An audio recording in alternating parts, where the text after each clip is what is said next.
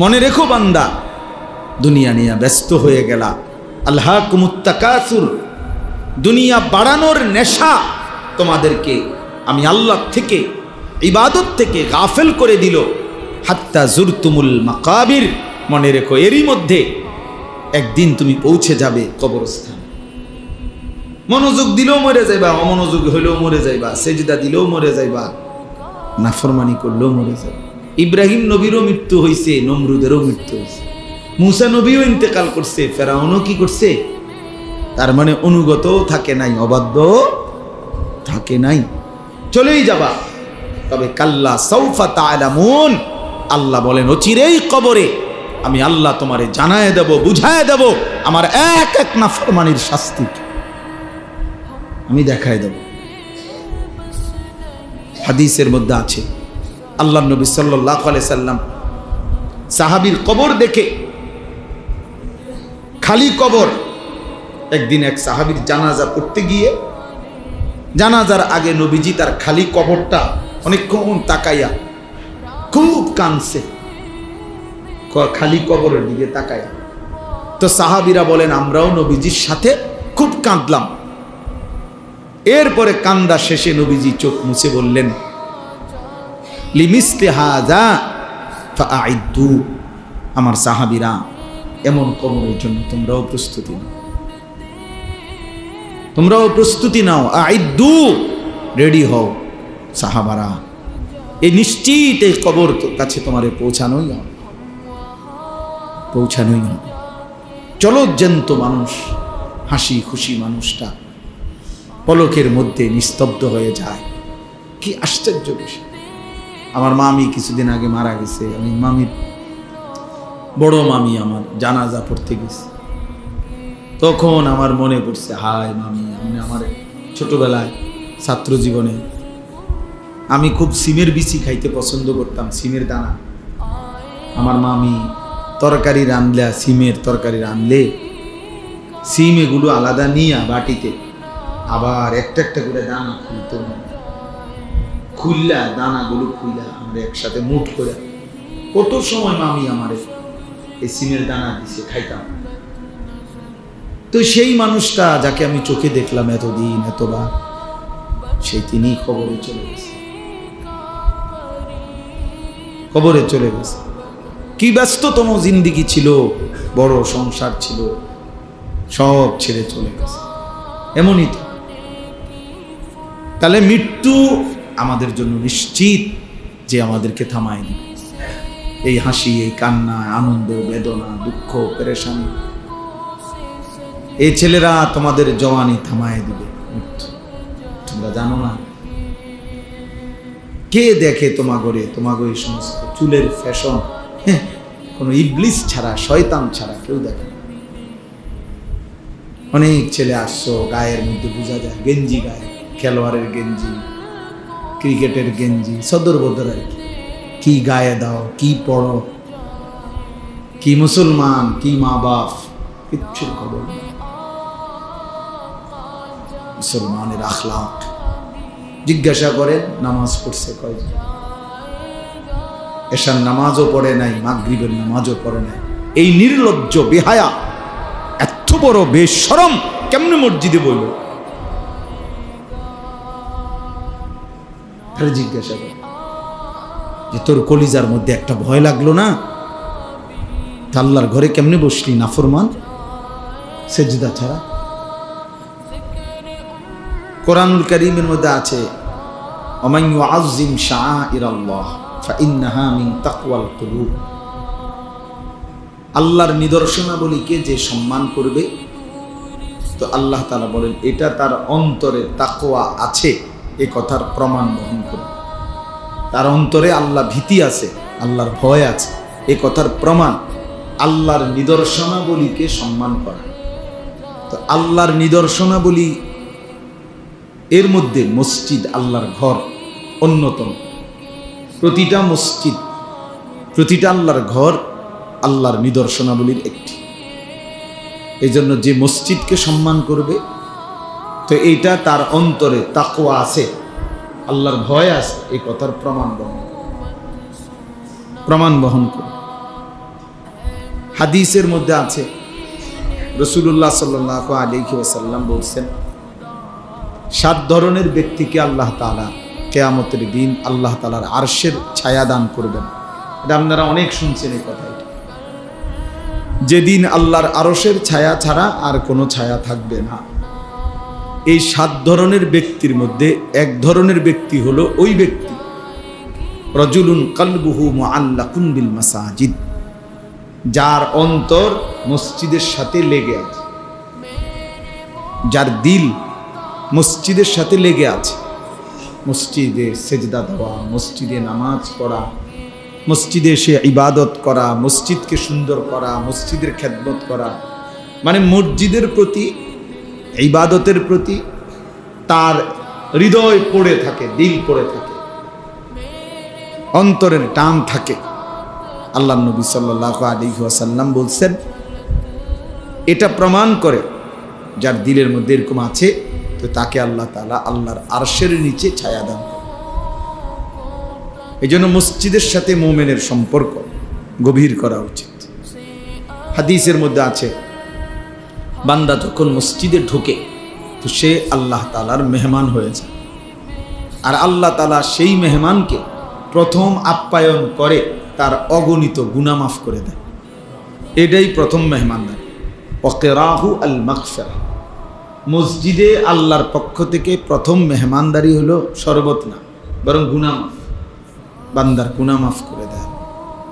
এজন্য মসজিদকে ভালোবাসা, মসজিদের প্রতি হৃদয়ের টান থাকা, মসজিদে এসে নামাজ পড়া, মসজিদে সবসময় অন্তরে মসজিদের প্রতি ভালোবাসা, এটা অনেক বড় একটা নেয়ামত। আবার দেখেন, এর বিপরীতে মসজিদে অনর্থক কথা বলা, আওয়াজ বড় করা, শোরগোল করা, অনর্থক নেতাগিরি, মাতবরি, অহংকার, বড়াই, ঝগড়া, এগুলো করা, এটা কিয়ামতের একটি মন্দ চিহ্ন, আলামত, কিয়ামতের মন্দ আলামত। আল্লাহ নবী সাল্লাল্লাহু আলাইহি ওয়াসাল্লাম বলছেন, যাহারাতিল আসওয়াতু ফিল মাসাজিদ, গেটের জায়গা ছেড়ে বসেন, গেটের জায়গা ছেড়ে ডানে বামে বসেন, গেটের জায়গা আটকায় ফেললে, আলম ভাই আপনিও বইয়া লাইছেন, তো তার বইব কেন? গেটের জায়গা ছেড়ে দেন, তাহলে তো বইব কেমনে পরের লোকজন। আল্লাহ নবী সাল্লাল্লাহু আলাইহি ওয়াসাল্লাম বলছেন, যাহারাতিল আসওয়াতু ফিল মাসাজিদ, কিয়ামতের একটি মন্দ চিহ্ন যে মসজিদের মধ্যে আওয়াজ বেড়ে যায়, মানে মসজিদে ফালতু কথা, বেহুদা কথা, অনর্থক কথা, এটা বেড়ে যাওয়া, বেহুদা কথা বলা, এটা কিয়ামতের একটি অপছন্দনীয়, নিন্দনীয়, মন্দ আলামত। এজন্য আপনারা যারা আছেন প্রত্যেকেই মনে রাখবেন, মসজিদে কোনো রকম যেন গুনাহ না হয়। মসজিদের আজমত, মসজিদের সম্মান অনেক বেশি, অনেক বেশি। আমি যে জন্য শুরুতে ঢুকা বললাম ছেলেদেরকে যে বাবা তুমি, এটা মসজিদ, ফাজলামি করলে বাইরে চলে গেলে না, আল্লাহর ঘর মসজিদে তামাশা করা, দুষ্টমি করা, এটা অনেক বড় একটা অপরাধ। কোনো জায়গার সম্মান যেমন বেশি, ওই জায়গার অপরাধেরও মাত্রা, অপরাধের শাস্তির পরিমাণও বেশি। এজন্য সমস্ত উলামায়ে কেরাম বলছে, মক্কা শরীফ আল্লাহর ঘরের কাছে, মসজিদে হারাম, ওটার মধ্যে একটা আমলে একটি সেজদা 1 লক্ষ সেজদার সমান। তাহলে নেকি যেমন 1 লক্ষ, অনেক বেশি, তো গুনার শাস্তিও অনেক বেশি, অপরাধের শাস্তিও অনেক বেশি। এই কারণে মসজিদের আজমত, মসজিদের প্রতি সম্মান, আন্তরিকতা প্রত্যেকের ভিতরে থাকা চাই। আমরা আমাদের সমাজে এ ব্যাপারে যত্নবান কম,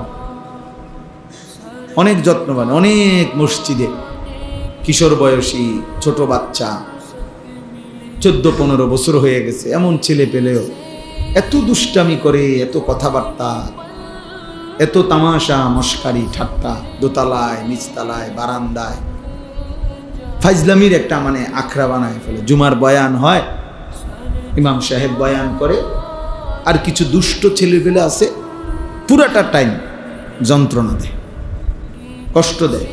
আহা, অপদার্থ সন্তান জানেও না যে আল্লাহর ঘরের আজমত কি।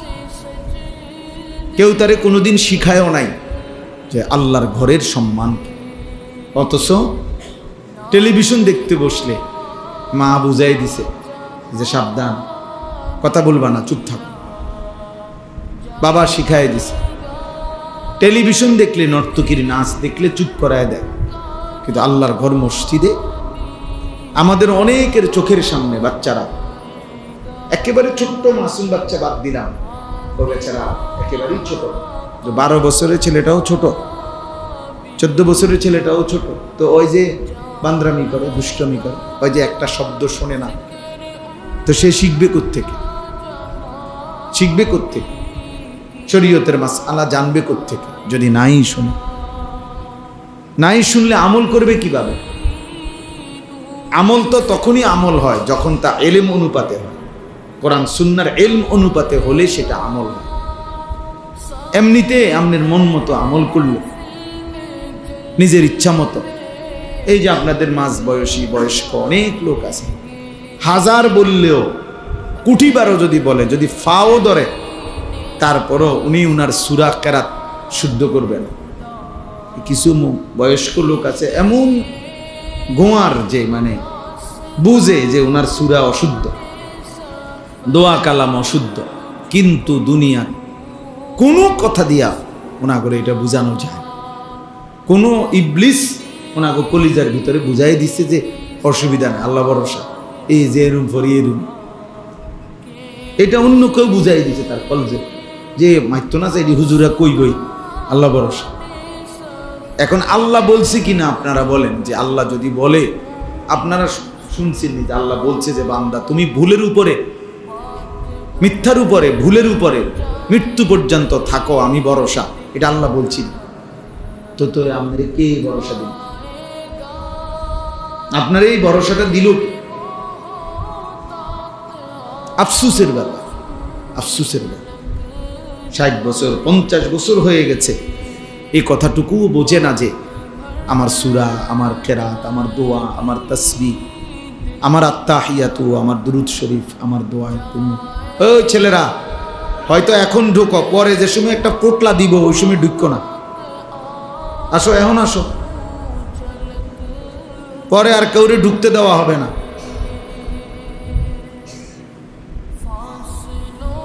হ্যাঁ, কিছু খবর নেয়, মনে করেন কিছু আছে খবর নেই, কিছু দিবনি। এবার যদি রাত 2টাও বাজে ঘুরবো, বুঝলেন? যদি রাত 2টাও বাজে, সারা রাতও লাগে, তারপরও ঘুরবো। আফসুস মানে জীবন মানেই শুধু এই 2টা বিরিয়ানি, 1 প্লেট খিচুড়ি, 2টা জিলাপি, এই জিন্দিগি। আবার আগের মতো তামাশা, আগের মতো বেনামাজি জিন্দিগি, আগের মতো অসভ্যতা। আসলো কেন পৃথিবীতে? মরবেই বা কেন? করবেই কি? কিচ্ছু জানেন, কিচ্ছু জানেন। আফসুস হয়েছে ওই জীবনের উপরে, আফসুস যে জীবন জানে না আমি আসছি কোত্থেকে, আমার করণীয় কি, কেন আসলাম, কি করছি। জীবনের যার কোনো লক্ষ্য উদ্দেশ্য নাই, গন্তব্য নাই, মঞ্জিল যে চেনে না, আমি যাব কোথায়, পৌঁছবো কোথায়, থামবো কোথায়, এটা যার মধ্যে জানা নাই, ওই বাস্তবিক অর্থেই মনে রাখেন ওই কোনো মানুষ, ওই জন্তু জানোয়ার। কোরআন বলছে ওকে জানোয়ারই বলছে। জানোয়ারেরই কোনো নির্দিষ্ট টার্গেট নাই, তার দরকারও নাই। টার্গেট দিয়ে করবো কি? কোনো গরু, ছাগল, কুকুর, বিড়ালের টার্গেট দিয়ে করবে কি? তার তো কোনো হালালও নাই, হারামও নাই, জায়েজ না জায়েজ কিছু নেই, তার জন্য কোনো বিধান নাই, দিন নাই, শরীয়ত নাই। কিন্তু ইনসানের জন্য বিধান আছে, হালাল হারাম আছে, জায়েজ না জায়েজ আছে, করণীয় বর্জনীয় আছে। কারণ তার জন্য আখিরাত আছে, তার জন্য হিসাব আছে, তার জন্য বিচারের মাঠ আছে, তার জন্য আমলনামা প্রস্তুত হচ্ছে, তার আমলনামা মিজানের পাল্লায় ওজন হবে, তাকে ফুলসেরাত পার হইতে হবে, তাকে জান্নাত কিংবা জাহান্নামে যেতে হবে। এটা গরু ছাগলের নাই, এটা জন্তু জানোয়ারের নাই। তাইলে সোজা হিসাব, যে তার হালাল হারাম বুঝে না, জায়েজ না জায়েজ বোঝে না, করণীয় বর্জনীয় বুঝে না, তো সে বাস্তবিক অর্থে কোনো মানুষ, সে জানোয়ার, সে হাইওয়ান, যার মধ্যে